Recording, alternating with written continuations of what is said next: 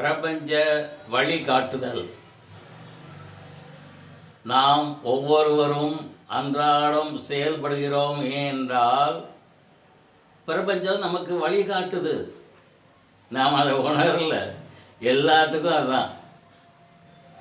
இந்த பிரபஞ்சம் என்ன நினைக்கிறது என்றால், இந்த மக்கள் நன்றாக இருக்க வேண்டும் அப்படி என்று ஒவ்வொரு வளர்ச்சியாக கொடுத்துக்கிட்டு இருக்கு.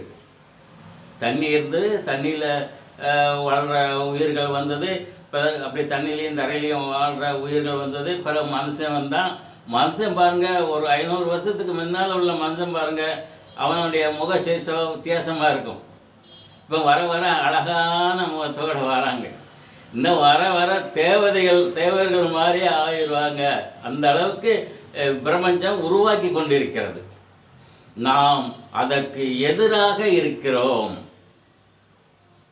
பிரபஞ்சத்துக்கு எதிராக இருக்கும்போது அது நமக்கு ஒரு ஆபத்தை உருவாக்கி விடுகிறது. என்று ஒருவன் தலைக்கணம் பிடித்திருந்தானோ அவனுக்கு ஒரு சிக்கலை உருவாக்கும்.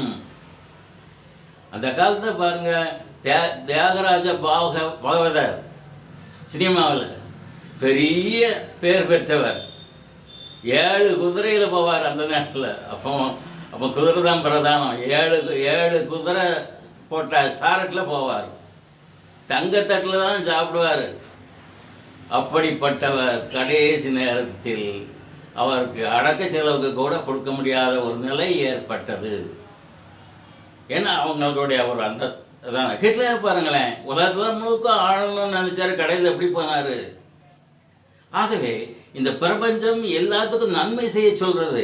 நம்முடைய புத்தி நமக்கு பின்னால் சேர்த்து வைக்கணும், நம்ம ஒரு பெரிய இதாக காட்டணும்னு நமக்கு ஒரு நிலையை கொடுக்கு.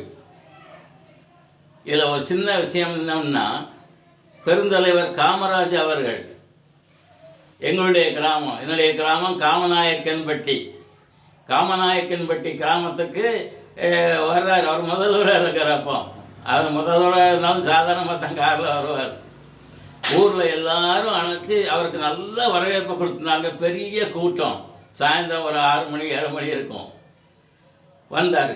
எல்லாம் மொய்ன்னு பக்கத்தில் எல்லோரும் வந்து வாழ்கன்ட்டு பக்கத்தில் வந்தாங்க.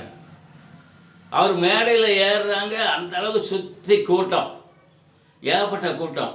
அவர் சுத்தம் பார்த்தாரு, இது சரியில்லைன்னு. அந்த பார்த்துட்டு தலையில் அடிச்சுட்டு வைரவா வண்டி எடு அப்படின்ட்டார். உடனே இறங்கி போயிட்டார். ஒரு வார்த்தை கூட பேசலை. கூட்டம் அதை அப்படி இப்படி கலைஞ்சி போயிடுது. மறுநாள் இந்த அழைச்சிட்டு வந்தாங்களே அவரெல்லாம் போய் காமராஜர் அவர்கிட்ட போய் கேட்டிருக்காங்க, என்னய்யா எவ்வளோ கூட்டமாக வந்து 4 வார்த்தை பேசக்கூடாதா அப்படின்னு கேட்டாங்க.